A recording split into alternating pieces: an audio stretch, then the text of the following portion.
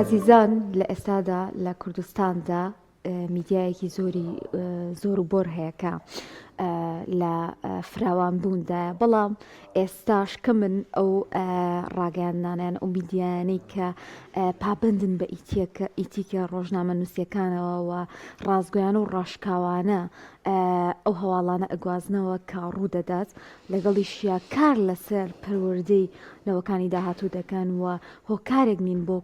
تێکدانی کۆمەلگای کوردی و هەمیشە پارێزگاری لە بەها جوانەکان دەکەن. کەناڵی ئاسمانی پەیامیش لە حەڤامین ساڵیادیدا جەخت لەسەر ئەو بنما و پرەنسیپانە کاتەوە کە بووی دروست بۆ هەتاوەکو ئێستا هێناوێتی و ئامانجێتی. ئێمەش ئەمانەی بە وردی لە ساڵیادی دامەزراندنی ئەم کەناڵەدا کە دوێنێ بوو زیاتر جەخت بخینە سەر ئەوەی کە پەیام دەیەوێت لەسەر چ ئاراستەیەک بەردەوام بێوە سەرڕای ئەو گرفت و بربەستانی کە ڕەنگە وەکو هەر میدیایەکی تر بێتە بەردەمی چۆن بەردەوامی بدا بە و پەیامە جوانەی کە هەیبوو بە تایبەتیش کە بە کەناڵێکی ئاسمانی ئیسلامی کوردی ناسراوە و هەر لە سەرەتای بەکاربوونیەوە یەکەم کەناڵی ئاسمانی ئیسلامی کوردی بووە. باسیێن بابەتە دەکەین بە میوانداری بەڕێز عەباس محەممەد بەڕێوەبەری کەناڵی ئاسمانی پێیام. مامۆستا بەخێر بێیت. زۆر سپاستانەکەم بەناوی خۆی بەخشندەی میهرەبان. سەرەتا سپاس و ستایش بۆ خۆی پەروەردگار، درود و سەلامی بێ پایان لەسەر گیانی پێغەمبەرمان خۆشەویستمان محەممەد صلی الله عليه وسلم. لەم ڕۆژە پیرۆزەیە و لەم بۆنە بەرز و بڵندەیە لە ناخی دڵمەوە چەپکە گوڵی پیرۆزبایی یاڕاستەی تەواوی خەڵکی کوردستانەکەم، ئاراستەی بە تایبەتی ئەندامان و لایەنگران و دۆستانی کۆمەڵی دادگەری یەکەم و ڕابوونی ئیسلامی و جەماوەری ئیسلامخوازی هەرێمی کوردستانەکەم بە تایبەتی تر کە پەیوەنددارە پێیانەوە تەواوی کارمەندانی کەناڵی ئاسمانی پەیامەکەم لەو ڕۆژەی کە دەستی بە پەخش و وەشان کردووە تاوەکو ئێستا کە ئێمە 17 ساڵیادی دەکەینەوە. دەستخۆشییان لێ یەکەین، سپاسمان هەیە بۆیان و بەڕاستی ئەوان دڵسۆزانە، نەبەردانە، ئیسلامخوازانە، پێشمەرگانە کە لای ئێمە وتت پێشمەرگایانی وشەیەکی بەرز و بڵند، پێشمەرگە کە با بڵێن سمبولێکی جوانی با بڵێن نەتەوەیی ئێمەیە. بەڕاستی پڕە لە تێکۆشان، پڕە لە خۆنەویستی، پڕە لە ئازایەتی. بە تایبەتی کارمەندانی کەناڵی ئاسمانی پەیام بەو شیوە و بەو هەورازوونشەوەی کە پێیدا تێپەڕیوین بەڕاستی ئێمە سەرنجمان داوە پێشمەرگانە خەباتیان کردووە، چاویان لە ئیمتیازات نەبووە، چاویان لە قەرەبووی مادی نەبووە، چاویان لە ترس و فشارەکان نەبووە. بەڕاستی هاتوون ئەمانە ناکرێت لە ناو میدیایەکە باسکەین. ئەگەر لە میدیایەکی ئاسایی و نۆرمەڵ و فەزایەکی کراوە ئازادا باسی بکەین ئەم ستایشی ناوێت، چونکە بۆ خۆی کاری میدیایی لەوانەیە خەڵکێکی پێی سێر بێ کارێکی پیشەیە. بۆچی ئەمە مستایشە پێویستە بۆ کارمەندانی کەناڵێک بکرێ؟ بەڵام ئەوەی لە نزیکەوە لەگەڵ ئێمە کاری کرد بێ و لە دووریشەوە سەرنجی کارەکانی ئێمەی دابێ و بە ئینسافەوە لە جۆر و ستایلی کارکردنی ئێمە ڕوانی بێ بەو حەقیقەتە ئەگاکە ئەوەی لە پەیام کاری کرد بێ وەکو کارمەند، وەکو ستاف، وەکو بەڕێوەبەر، ینی پێویستی بەم جۆرە ستایشانە هەیە. چونکە تەحەدا ئەکەین یەک میدیا لە کوردستانە هەبێ بە پەیجەکانی سۆشیال میدیاشەوە کەیتە میدایەکی زۆر خنجیلانە و وردوو کەم مەسرفن. ینی بە کارمەندەکانی ئەوانیشەوە مقابلی مادی کارمەندانی ئێمە پارەوەرگرن، ئێمە لەوان کامتر پارەوەرەگرین، ئێمە لەوان کەمتر کارمەندەکانمان ئیمتیازیان هەیە. هەر بۆیە ینی شایستەی ئەم جۆرە ستایشن، شایستەی ئەوەن مەدالیای ئاڵتوونی بە بەرەوشیانەوە بکرێ. بەڕاستی ینی شانی ئەوەن بە هەمیشەیی شانازیان پێوە بکرێت، چونکە ئێمە لە کاتێکی شاکرد دەستمان پێکرد تەنها یەک دوو میدیای ئاسمانی حیزبی دەسەڵات هەبوون لە کوردستان کە بێجگە لە سوڕانەوە بە نێو بازنەی بەرژەوەندەکانی حیزبەکەیاندا گویان بە هیچ بەهایشی ئەخلاقی و مرۆیی و کۆمەڵایەتی ئەم کۆمەڵگە کوردیە مسلمانە نادا. ئەگەر سەیری شاشی ئەو جۆرە میدیانت کردایەنێتەوە ئەمە میلەتێکی مسلمانە، ئەمە ئاوێنەی میلەتێکە کە بەهایەکی ئەخلاقی بەرز و جوان و دینداری و ڕازگۆیی و چوزانم محبەت و خۆشەویستی تاکەکانی هەیە نەتە بینیەوە نەتە دۆزیەوە بەداخەوە پەیام هات کۆمەڵێک ئەرکی ینی زۆر قرس و گرانی لە بەردەمدا بوو بوو ڕایان پەڕێنێ نازانم لە کامیانەوە دەست پێ بکەن ئەبوو بە هەموو دنیای بیوتایە میلەتی کورد بە تایبەتی میلەتێکی مسلمانە ئەمەش کەلتورەکەیەتی ئەمەش بەهاکانیەتی ئەمەش مێژوەکەیەتی ئەمە ئەخلاقەکەیەتی ئەمە هەوڵ و تێکۆشان و خۆشەویستیە میلەتە مسلمانەیە بۆ دینەکەی بە هەموو لایەکی بیوتایە ئێمە کۆمەڵگەیەکین پابندی بەها ئەخلاقیە باڕاکانین ئەمەش نمونەکەی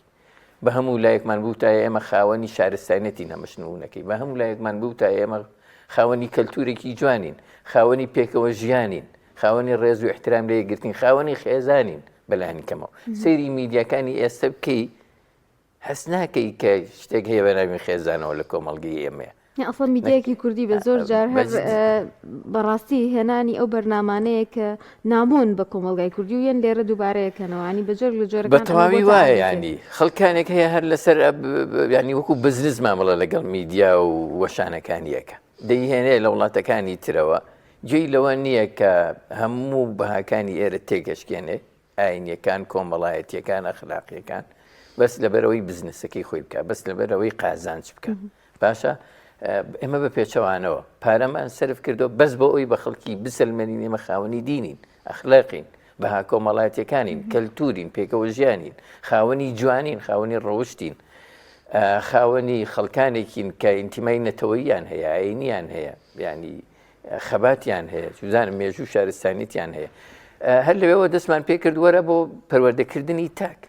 ئێگە سەرنجی ناوڕۆکی ئەرشیفی ئێمە بدەیت کە چیمان کردو لە ماوەی 17 ساڵی ڕابردووە سرت سوڕەمێنیان ئێمە خەممان لە پەروەردەی تاکەکان خواردو خەممان لە دینەکەمان خواردو بە دەیان بەرنام خەممان لە مناڵان خواردو ئەزارن کەناڵی ئاسمانی پەیام ڕاست ئێستا ستایلێکی هەواڵی سیاسی گرتووە کەلتوری و کۆمەڵایەتی مەسەرەنگرنگی پێدا بەڵام ئێمە لە سەرەتای لەبەرەوەی ئەرکمان بوو هیچ میدیایەکی تایبەتمەند من نەبوو وەکو ئێستا بە مناڵان چوزانم بە هەواڵ بە کۆمەڵایەتی بە هونەر بە هەموو کایەکانی تر با بڵین ئێستا ئەلحەمدوللا دەیان کەناڵی باشەیە بەو جۆرە خزمەتکەن بەڵام ئەو کات هەموو ئەرکەکان هەموو چاوەکان لەسەر پێیان بوون لەبەر ئێمە گرنگیمانەدا بە مناڵان گرنگیمانەدا بە پەروەردەی ئاینی گرنگیمانەدا بە کۆمەڵایەتی گرنگیمانەدا بە سیاسەت و هەواڵ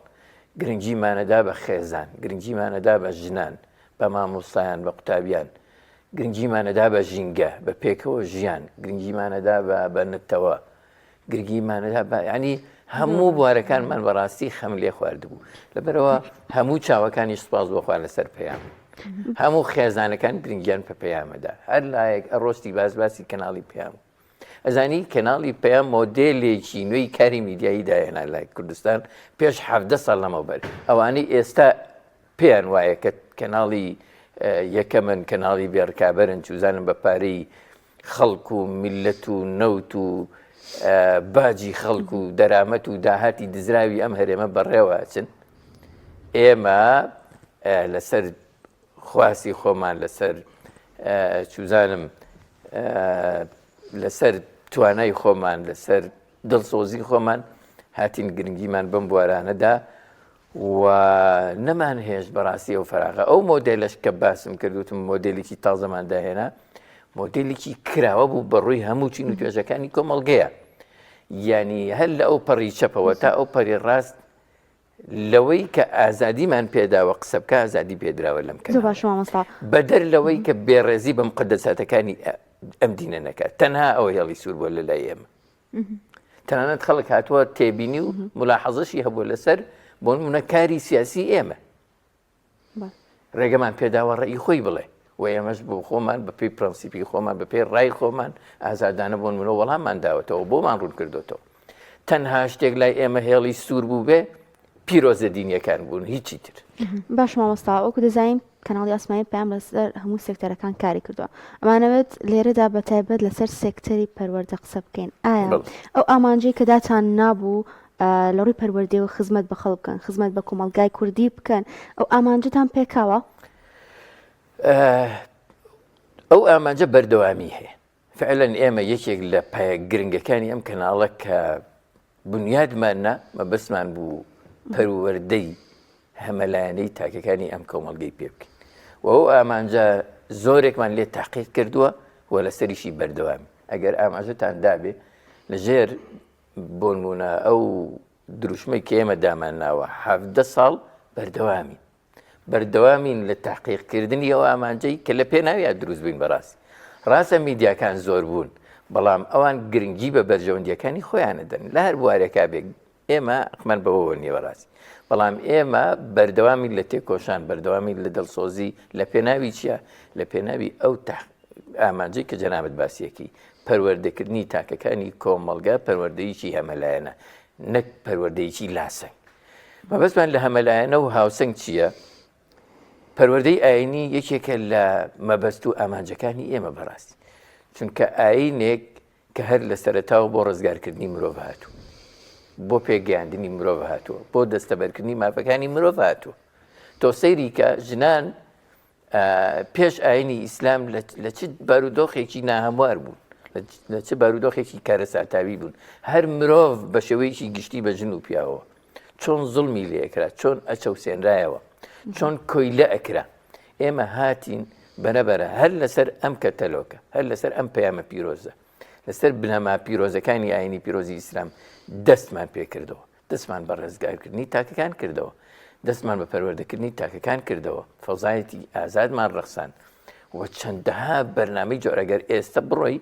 سێری ئەرشیفی ئێمە و لاپەڕەکانی ئەرشیفی ئێمە هەڵبدەیتەوە بە هەزاران بەرنامە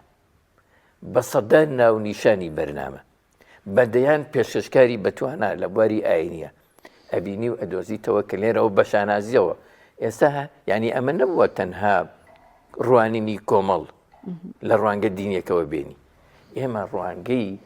ئەوەی لە ڕابوونی ئیسلامیا کۆی دەکەیتەوە و ئەوە شتێک بوو بێ بۆ نمونە پێگەیاندنی دروستی تاکەکانی ئەم کۆمەڵگەیەوە دروست بیرکردنەوە لە چوارچەوەی ئاینی پیرۆزی ئیسلام ئێمە کارمان پێکردووە وەکو باسم کرد هەر لە مناڵانەوە ئێستا لەودی و لەگەڵ برانی کۆنتترۆل قسەمانە کرد برایەک ئەو میوانە بەڕێزەی کە پێشتر کاگاسۆ لێرە بوو ینی ئەوە یەکێک بوو لەو مناڵانەی کە لێرە پێشکەشکار بووە لە بەرنامەی مناڵانی کەناڵی ئاسمانی پەیام مناڵێک بووە الحەمدولای ئێستا یەکێکە لە کارمەندە دڵسۆزەکانی ئێرە و یەکێکە لە کەسە بەتوانەکان کە ئەتوانێت قسە بکە لە هەموو بارەکانە با بڵێن بەتابێت باسی خوێندنەوە یەکردی جوان باسیە کرد بۆ منە ئێمە شانازی بەو جۆرە تاکانەوە ئەکەین کە پەیام دەستی هەبووە لە پەروەردەکردنیا ئەوە نمونەیەکە بە هەزاران نمونەمان هەیە ئێمە نمونەمان هەیە مەبەستیم چی بەوە ئێمە لەوێەوە دەستمان پێ کردووە بۆ پەروەردە هاتوین سەرکەوتوین بۆ گەنجان هاتوین سەرکەوتوین بۆ ژنان بۆ پیاوان باسی مافەکانی تاکمان کردووە باسی ئازادی ئاینیەکانمان کردووە باسی پەرستشمان کردووە باسی چۆنێتی نوێژمان کردووە باسی عەقیدەمان کردووە باسی فقهمان کردووە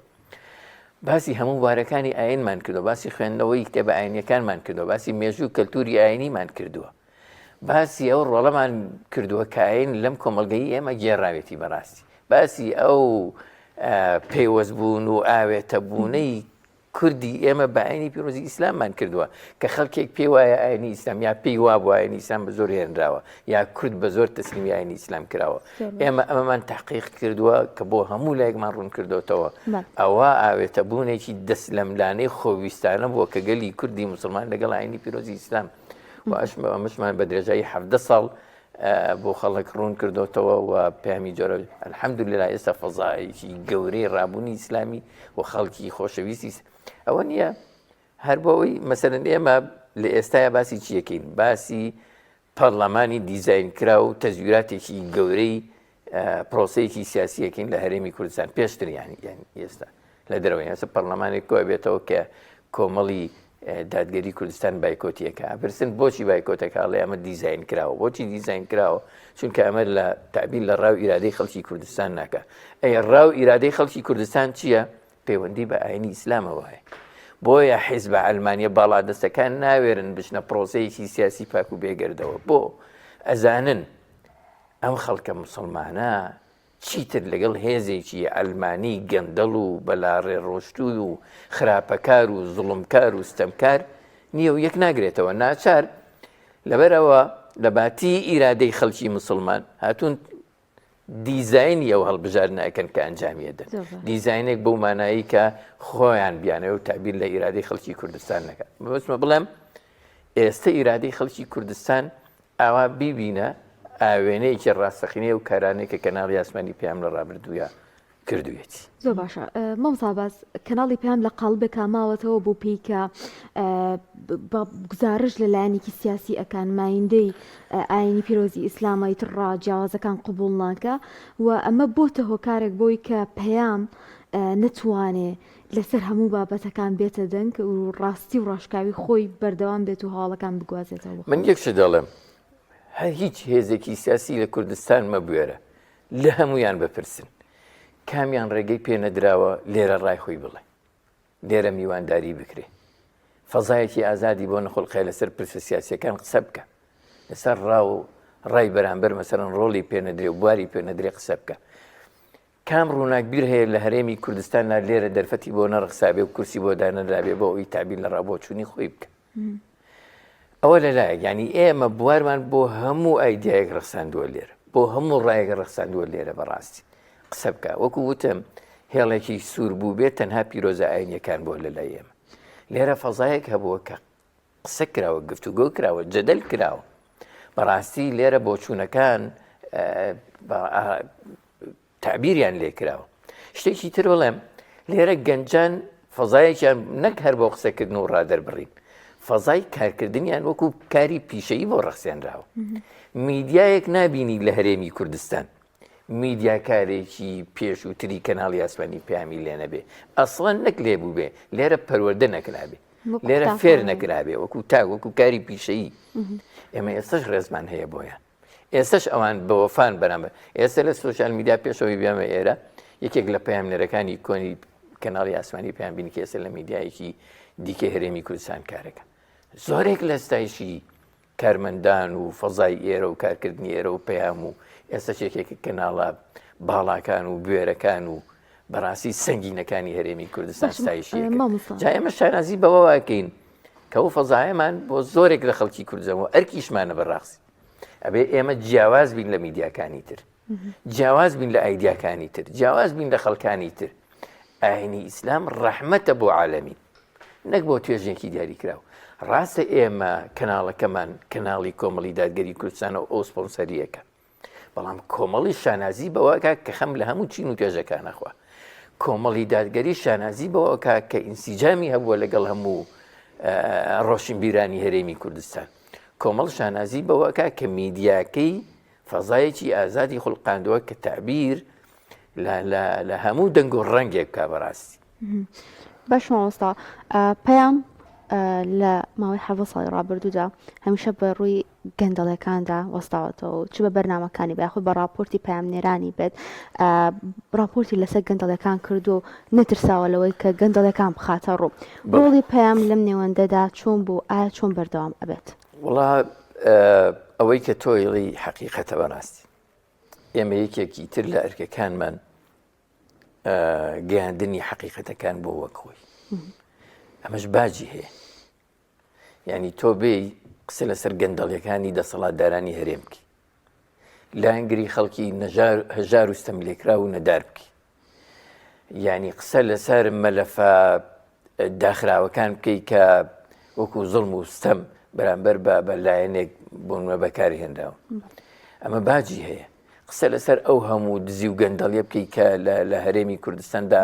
ممارسە کراوە لە 32 ساڵی ڕابردووە و 33 ساڵی ڕابردووە هەتاوەکو ئێستش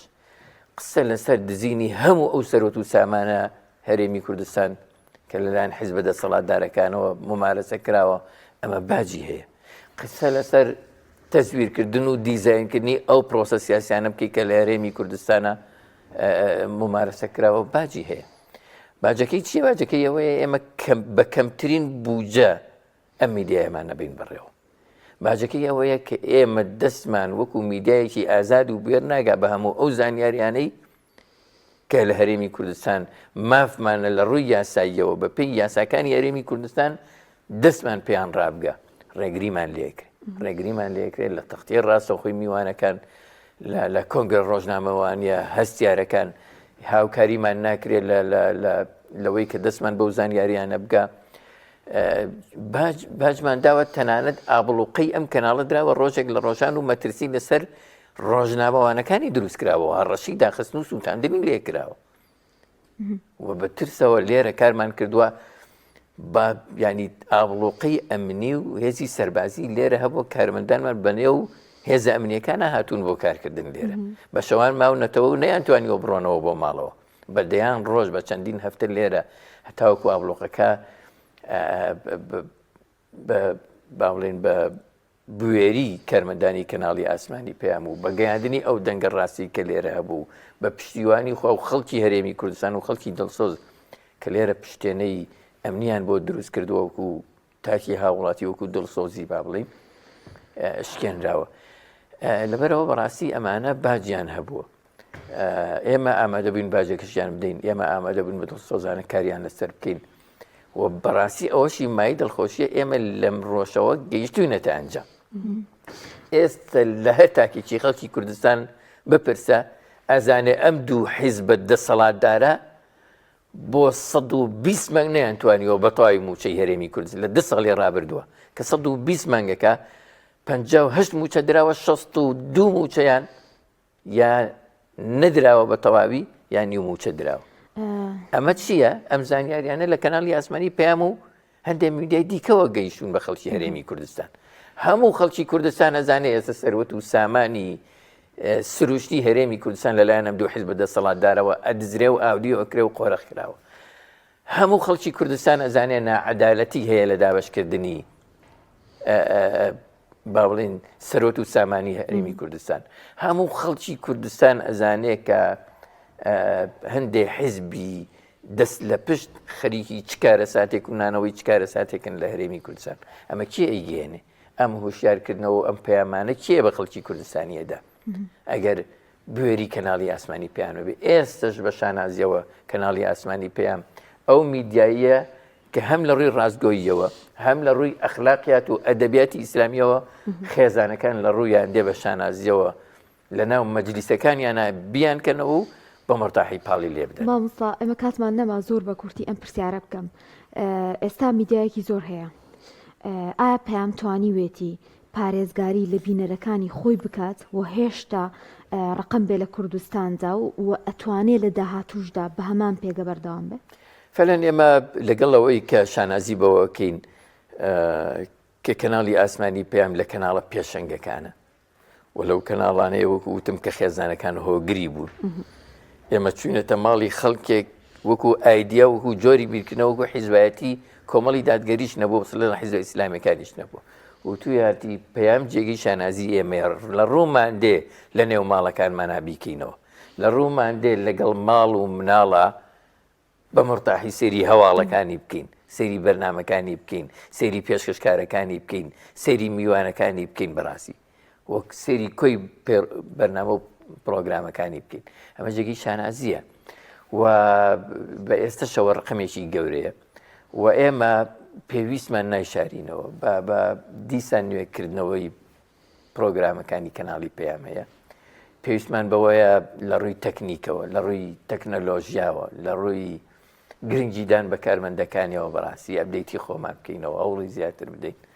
ئەوەی لە دەستمان دێ پشتیوان بەخۆی گەورە ئیکەین هەوڵی بۆ دەدەین بەردەوام دەبین لە کارکردن من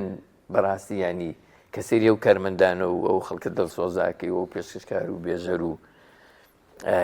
میدیاکارە بە توانانەکەی کە لێرە کار دەکەن ینی ئومێدی گەورەت بۆ دروستە بێ ئێمە من دووبارە لە دوا دەرفەتا دیسان سوپاسیانەکەم و دەستخۆشیان لێەکەم بۆ دەستیان ماچەکەم بەڕاستی هیوادارم هەر بەردەوام بن جێگەی شانازی ئێمە ئومێدی گەورەیان لێەکەین ئینشاءڵڵا موژدە دەین کە ئێمە یەکەم بەردەوامە بین دووهەم ئەبدەیتی بەرنامە و کارەکارمان دەکەینەوە سێهەم بە بوێری و بە دڵسۆزی و بەڕازگۆیی لەگەڵ خەڵکی هەرێمی کوردستاندا دەمێنینەوە. سپاس بۆ بەڕێز عباس محەممەد بەڕێبەری کەناڵی ئەسمانی پێم کە لەم تەوەرە لەگەڵمانە بوو زۆر دووبارە سپاس دەکەین پیرۆزبای لە عباس. بەڕێستان و سپاس سەرجەم بۆ. کارمەندان و بە تایبەتیش بینەرانی پێم دەکەین.